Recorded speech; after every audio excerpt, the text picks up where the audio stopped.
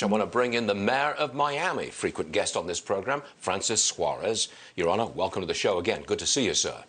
Now, you're in the state of Florida, which doesn't allow vaccine mandates. Are you going to enforce President Biden's vaccine mandate on city workers in Miami? You know, in Miami, 98% of our eligible population is vaccinated already. So there's no real reason to mandate a vaccine if 98% of the population has already at least received one dose. So it doesn't really apply in the city. And that's why our cases have been going down. There is a large percentage of the people that are getting hospitalized that are not vaccinated. And certainly that's why we continue to push for people to get vaccinated. But you don't want a mandate that says you've got to, because a lot of workers just wouldn't show up for that. You're not going to do the mandate thing.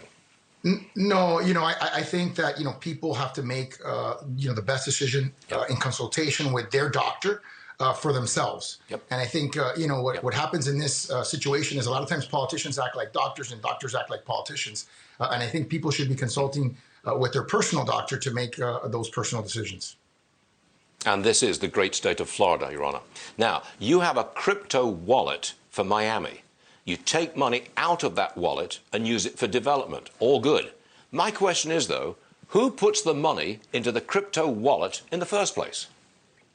So actually what it is something called Miami Coin. And it's fascinating because the developers of Miami Coin, which created something called City Coin, when the mining process, which is the authentication process for transfers of Bitcoin, is completed, a percentage of the reward for mining goes directly into the city's wallet. That has generated so far in the last 30 days a whopping $5 million for the city. It's actually generating somewhere in the vicinity of several $1,000s every 10 minutes.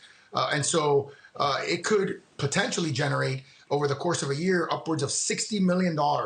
And if taken to its logical extension, it is possible that we could live in a future where our residents don't have to pay taxes and they're generated through these third-party transactions that are contributing the money to our general fund. So I'm trying to sort this out for myself here. It's complicated. It sounds like you're just taking money from the from the Miami coin, the city coin miners. The act of mining creates money, which you then distribute for development. Have I got it right? You've got it absolutely right. The act of mining creates a reward, right? Otherwise, people wouldn't mine. Mining is authenticating the transaction, the transfer of one Miami coin to another. And then the offshoot of that, which is 30% of that reward, goes directly to the city. So far, that's generated $5 million that we can use for whatever purposes we want. And we're going to use it to continue to make Miami the most innovative city on the planet. What's the downside risk here? That the city coin and the Miami coin are worthless? Well, they're not worthless, clearly, because they've been mined to the tune of creating $5 million, which is just a 30% share of the mining proceeds. It's actually increased in value since it opened about 600%. So it's much more valuable than it was when it began. But I think the issue now is what is the use case? What is the applications for Miami Coin? And now we're going to go into restaurants and small businesses and see if our vendors are willing to accept it as a currency. If it does get accepted as a currency, its use case could be significantly greater, which means it could be something that continues to generate funds for the city for the foreseeable future. I understand you're trying to build, or you've got plans to build a high-speed tunnel. Are you going to use cryptos in some way to pay for it?